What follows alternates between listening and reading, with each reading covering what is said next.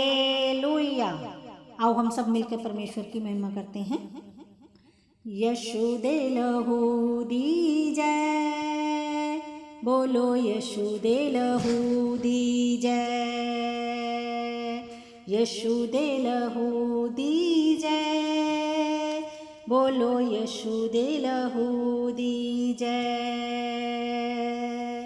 लहू दे विच छुटकारा उस दे, लहू दे विच छुटकारा उस दे, पापां दी माफ़ी है।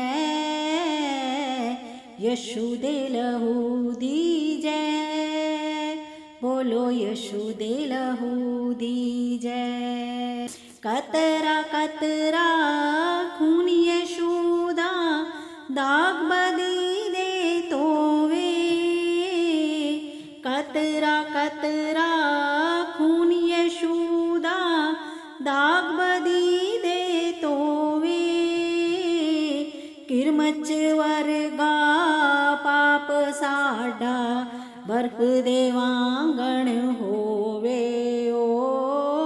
किरमच वर्गा पाप साडा, बर्फ दे वांगण होवे। कर देवे आजाद गुनाह तो, कर देवे आजाद गुनाह तो, सदा ना दागी रे। यीशु दे लहू दी जय, बोलो यीशु दे लहू दी जय। इस लहू दी शक्ति सारे पाप दे बंधन तोड़े। इस लहू दी शक्ति सारे पाप दे बंधन तोड़े। सारियां ही बर्बादियां दायो, मुँह परे नू मोड़े ओ। सारियां ही बर्बादियां दायो, मुँह परे नू मोड़े।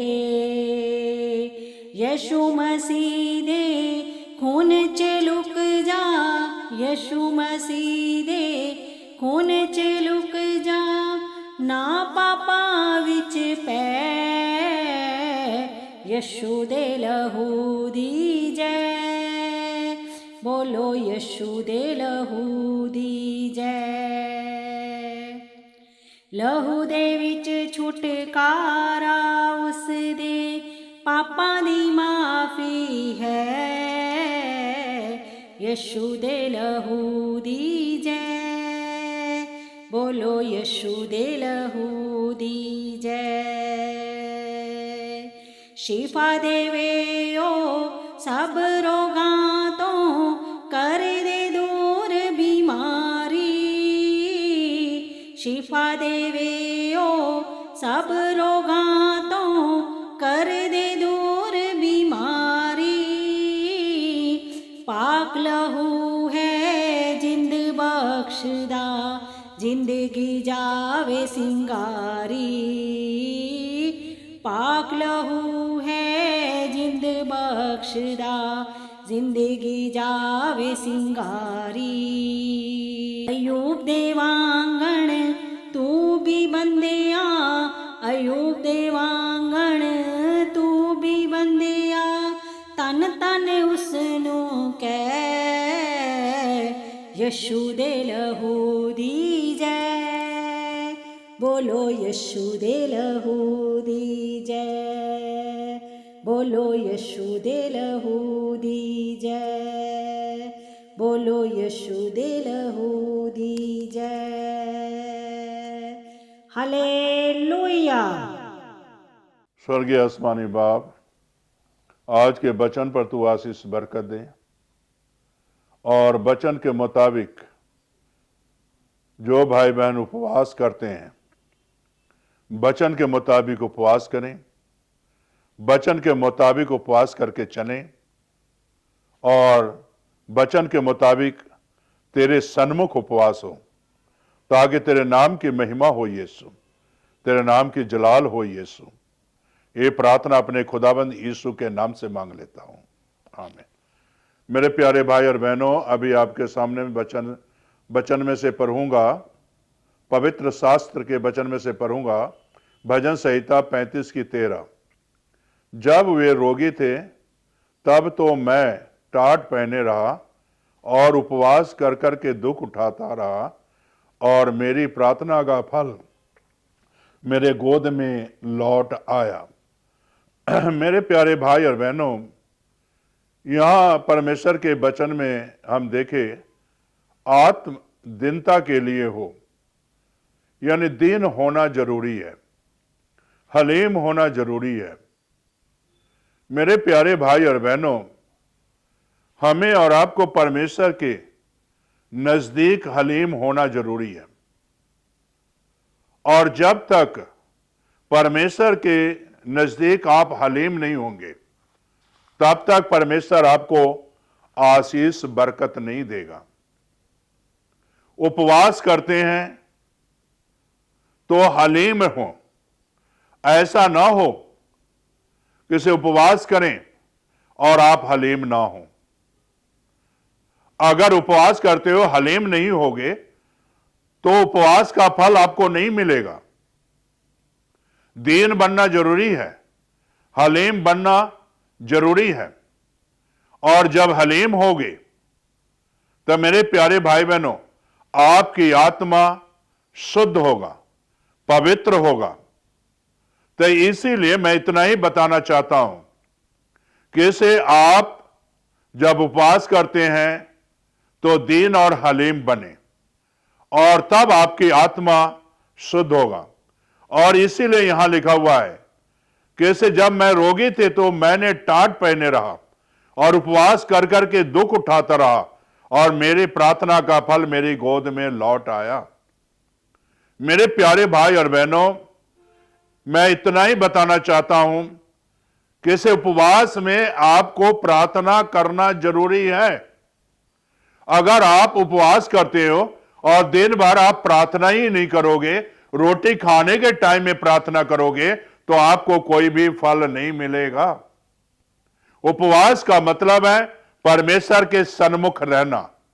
उपवास का मतलब है परमेश्वर के सन्मुख जाना, और उपवास का मतलब है कि इसे दीन और हलीम होके परमेश्वर के पास अपनी बातों को पहुंचाना। मेरे प्यारे भाई और बहनों, चाहे कोई रोगी भी हो, उसको भी आप प्रार्थना में याद कर सकते हो, उस रोगी के लिए भी आप दुआ कर सकते हो, और उसके दुखों को जो उसके आगे पहुंचाना जरूरी है।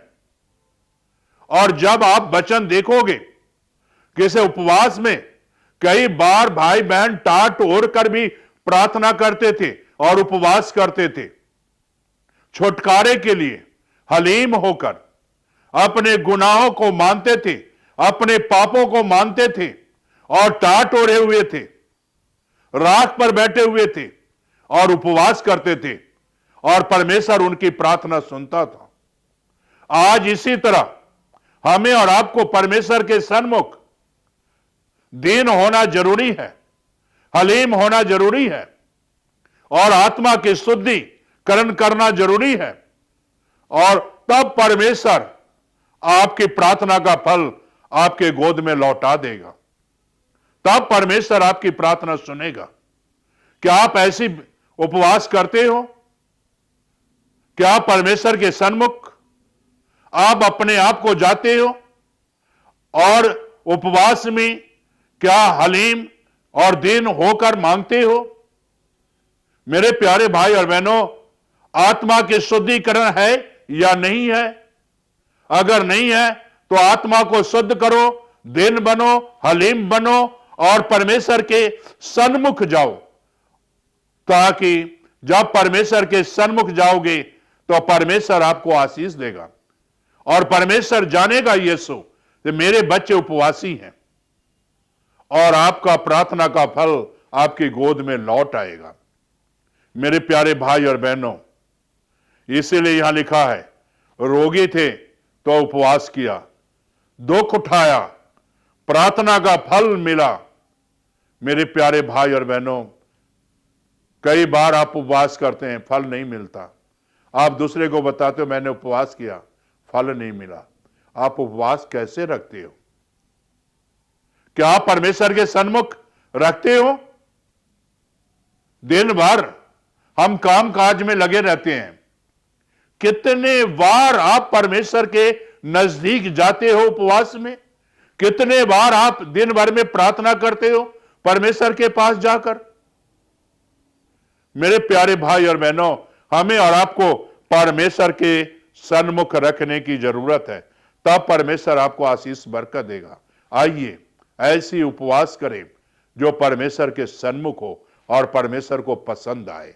आइए दुआ करें। स्वर्गीय आसमानी बाप, जो भाई बहन उपवास रखते हैं, दिखाने के लिए नहीं बल्कि तेरी सन्मुख हो उपवास, ताकि खुदावंद तू जाने से मेरे बच्चे उपवासी हैं। और जो उपवास रखते हैं भाई बहन, जब प्रार्थना करते हैं तो तेरे सन्मुख होकर प्रार्थना करें और उस प्रार्थना का तू उत्तर दे खुदावंद, ताकि तेरे नाम की महिमा मिले। ये प्रार्थना यीशु के नाम से मांगते हैं,